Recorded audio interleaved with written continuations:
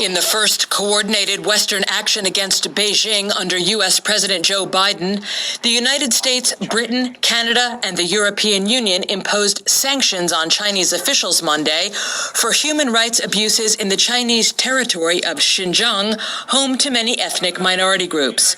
The move comes on the heels of a meeting last week between senior Chinese and U.S. officials, including Secretary of State Anthony Blinken, which laid bare tensions between the world's two largest economies. We certainly know and knew going in that there are a number of areas where we are fundamentally at odds, including China's actions in Xinjiang. Western governments are seeking to hold Beijing accountable for mass detentions of Muslim Uyghurs in Xinjiang. Activists and UN rights experts say at least 1 million Muslims are detained in camps in Xinjiang.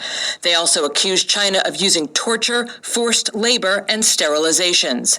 China denies any abuses in Xinjiang and says its camps provide vocational training and are needed to fight extremism.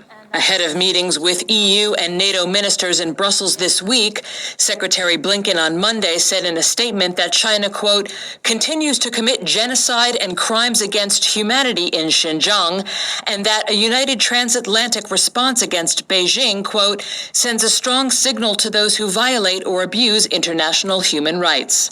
The EU was the first to impose sanctions Monday on 4 Chinese officials, including a top security director, a decision that was mirrored by Britain and Canada later in the day.